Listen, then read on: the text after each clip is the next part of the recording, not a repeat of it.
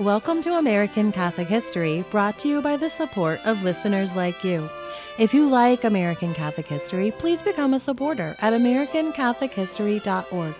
Also, if you don't already, be sure to follow the podcast and give us a 5-star rating and a great review wherever you get your podcasts. I'm Noelle Heaster-Crow. And I'm Tom Crow. Today, we're talking about the attack on Pearl Harbor and Father Aloysius Schmitt, the Catholic priest who saved many sailors at the cost of his own life. We've talked about a number of chaplains in this podcast, including a few who died while caring for souls in the most extreme circumstances. Yes, the first was the Grunt Padre, Father Vincent Capodanno, who was a Navy chaplain, and he served with the Marines and was gunned down in Vietnam. The second was Father Emil Capon, an Army chaplain who was taken prisoner of war in Korea and died in the POW camp as a result of his extreme efforts to protect and serve his men. We also talked about Father Francis Duffy, who served with distinction in World War I and made a major impact on his parishes in New York City. He did not die in war. And the last of the other stories was Father Francis Sampson, who was an unlikely Navy chaplain, but who ended up playing a major role in saving the USS Franklin when it was severely damaged by an attack in World War II. Today's story is a bit shorter than all four of those because today's main character died younger than they did, and he lived a straightforward, solid, but uneventful kind of life before his spectacular final act. And we should note that this episode was originally done in tandem with a 2-part episode of Jimmy Akin's Mysterious World released on the StarQuest network. Both of our shows planned special Pearl Harbor-themed episodes to commemorate the attack in 1941. While we talked about Father Aloysius Schmitt, Jimmy explores whether there was a conspiracy to get America into the war through the surprise Japanese attack. Also, if you listen to Jimmy's 2-parter, which we link to in our show notes, you'll hear us lend our voices to his show. We provided readings of excerpts and transcripts from source materials. You can find Jimmy Akin's Mysterious World in all of the usual podcast places, as well as at sqpn.com/mysterious. So, on with our episode and the simple but heroic story of Father Aloysius Schmitt. Aloysius Schmitt was born on December 4th, 1909 in the town of St. Lucas, Iowa. He was the youngest of 10 children born to Henry and Mariana Schmitt. The family was Catholic, and that's just about all we know about his childhood. He probably was an altar boy, he probably played sports, he certainly worked on the farm. Eventually, he attended Columbia College in Dubuque, Iowa. Columbia is known today as Loras College. After graduating from Columbia in 1932, he entered formation for the priesthood and was sent to study in Rome. And he must have been a good student. Yeah, by all accounts he was. He studied at the North American College and was ordained for the Diocese of Dubuque on December 8th, 1935. He served as a priest in Iowa and Wyoming for the next 4 years before requesting permission to become a Navy chaplain in 1939. Which is kind of odd for a boy from Iowa farm country to choose the Navy rather than the Army. Well, maybe it's because he was from the interior of the country and he wanted to see the world aboard ship rather than staying on the ground even more. Possible. Who knows? He'd also had that experience of travel by going to Rome. Maybe he just wanted to see more. Could be. So Father Schmitt went to Navy Chaplain School, which was at the College of William and Mary in Williamsburg, Virginia at the time. He was commissioned to lieutenant junior grade and appointed as a chaplain on June 28th, 1939. His first assignment was also in Virginia at Quantico Marine Barracks, which is along the Potomac River, just a little ways south of Washington, D.C. While he was serving there, Germany invaded Poland, kicking off World War II. The U.S. remained neutral for the time being, but he wouldn't live to see the U.S. declare war. No, but of course that happened the day after he died, and the occasion of his death was why the U.S. declared war. Right, and we're getting there, but don't spoil the ending. Yeah, sure, but I'm hardly spoiling the ending. It's like watching the Titanic and being surprised when the ship sinks. Yeah. I hate that movie. Yeah, me too. And Rose was the villain. Anyway. Well, I don't know if she was the villain, but come on, she held on to that. Certainly not a heroine. Held on to that necklace for all that time when her husband was struggling, and then she just chucks it over the railing for a guy that she barely knew, and we'll just stop there. Yeah, let's get back to Father Schmitt in Pearl Harbor. Yeah. Right. In early 1940, Father Schmitt spent 7 weeks, aboard the USS Yorktown, one of our aircraft carriers then based in Norfolk, Virginia, and doing patrols in the Atlantic Ocean. In March of 1940, he was assigned to the battleship Oklahoma. The Oklahoma was a Nevada-class battleship. She had been built just before World War I, with her keel laid in 1912, but she didn't receive her first commission until 1916. She saw some action in World War I, mainly as an escort for troop ships. After a number of modernizations and repairs and a host of missions around the world, the Navy had planned to retire the aging Oklahoma in 1942. Fate, of course, had other plans. In 1940, with the Japanese becoming increasingly aggressive, the U.S. moved the home port of the Pacific Fleet from San Diego to Pearl Harbor. This was done as a projection of power to deter the Japanese from encroaching any further on American interests. There's a whole lot to the story of how the attack occurred, what the motivation for it might have been, what the U.S. intelligence community knew or didn't know. And for all of that, we commend to you the episodes of Jimmy Akin's Mysterious World on this topic. For our purposes, we're just diving right into that fateful day. That day of infamy, as President Roosevelt called it. Yes, December 7th, 1941. The day was Sunday, and it was the day before the 6th anniversary of Father Schmitt's ordination. Father Schmitt had 7 a.m. Mass aboard ship, so he likely was awake by 6 a.m. He would have promptly read his breviary and then maybe gone out for some exercise, perhaps a run on the deck. Or maybe he didn't wake up that early. I don't know. But he wouldn't have had breakfast before Mass. He likely heard some confessions.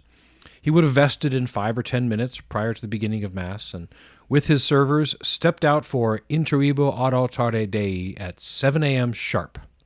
It was the second Sunday of Advent, so his sermon likely would have been on hope in Christ and preparing our souls for the coming of the Christ child. Mass likely would have been, 20 to 35 minutes. So he would have been just finishing up, taking off his vestments, preparing himself for whatever was in his day. Perhaps another Mass. Some say he was hearing confessions. When the ship was struck by 2 torpedoes just seconds apart. Being deep within the ship's belly at the time, Father and the men with him likely would have been stunned momentarily by the shock and probably knocked off their feet. The noise of the impact and explosion would have been disorienting. But then, of course, the training kicks in.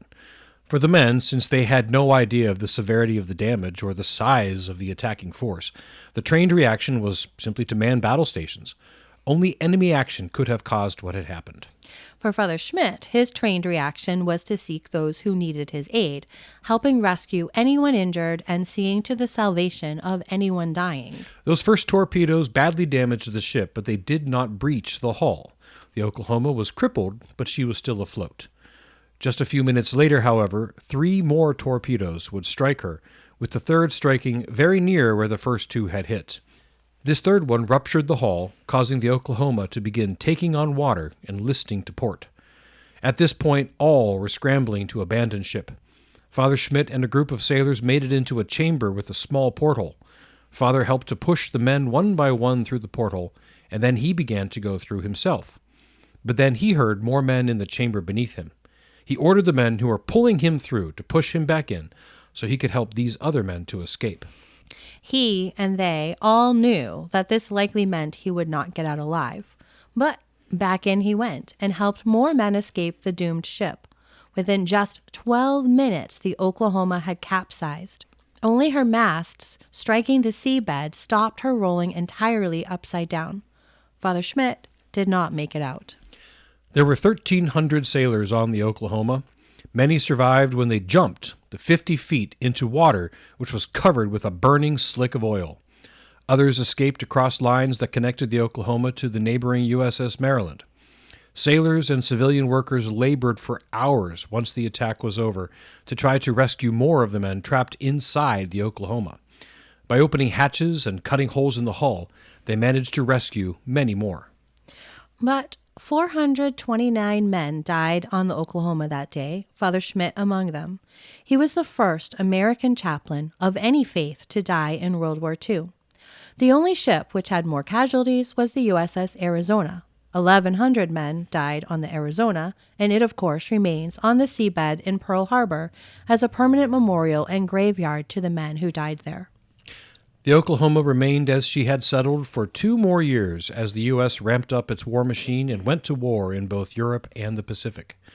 In 1942, the Navy determined that the Oklahoma was salvageable, but also that she had to be moved because she was partially blocking the main navigation channel in and out of Pearl Harbor. So in 1943, she was refloated and rolled over. Crews went into the ship for the macabre duty of removing all human remains that could be found. The Oklahoma was towed to dry dock, where she was repaired enough that she could be floated back to the mainland and sold for parts and scrap metal. But she was not destined for the mainland. Partway across the Pacific from Hawaii, a violent storm rose, and the Oklahoma sank beneath the waves, plunging deep into the Pacific. No attempts have been made to find her final resting place. That is almost a more fitting fate for the ship than being cut up for parts.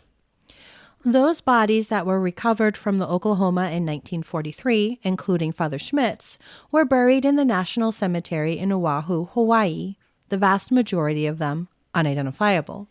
In 1944, the Navy presented to the Archdiocese of Dubuque a 24-inch tall crucifix in honor of Father Schmitt. The cross was made of teak wood taken from the deck of the Oklahoma, and the corpus was made from the ship's metal. In 1947, Loras College dedicated their new Christ the King chapel to the memory of Father Schmitt, and they included in the lobby a display of items that had belonged to him, including his breviary and chalice. Present at the dedication were both Cardinal Samuel Stritch of Chicago and Admiral Chester Nimitz, commander of the Pacific Fleet during World War II. But the story of Father Schmitt wasn't over. Modern technology has made many things possible that were not previously possible. In 2015, the Navy began using DNA identification techniques to positively identify as many remains as possible. In 2016, using DNA from a relative of Father Schmitt's, the Navy was able to identify his remains and return him to his home in St. Lucas, Iowa. On October 5, 2016, he was received home, where a memorial mass was offered at his home parish of St. Luke. 3 days later, his funeral mass was offered at Christ the King Chapel at Loras College. A concelebrating priest at that mass was actually a friend of mine, Father Daniel Mode. Father Mode is a priest of Arlington, a Navy chaplain, and author of the book The Grunt Padre, which is a biography of Father Vince Capodanno, whom we mentioned before. Well, before that funeral mass, Father Mode noted that Father Schmitt's chalice was in the display case, most likely the same chalice he'd used at that 7 a.m. mass just before the attack on December 7th, 1941. Father Mode asked if they could use it for this mass. So they did. So fitting, and what a tremendous memorial to a priest who gave his life so others may live. Yeah, the symbolism is just too rich. Father Schmitt's remains were, as we said, returned to St. Lucas, where he was buried in St. Luke's Cemetery. Interestingly, making Father Schmitt both the first chaplain to die in World War II and the last chaplain casualty to be buried. For his sacrifice, he was awarded the Navy and Marine Corps Medal, the Asiatic and Pacific Campaign Medal, and the Purple Heart. But perhaps the greatest honor is the testimony of his family, friends, and those whom he helped to live that day, all of whom remembered him fondly.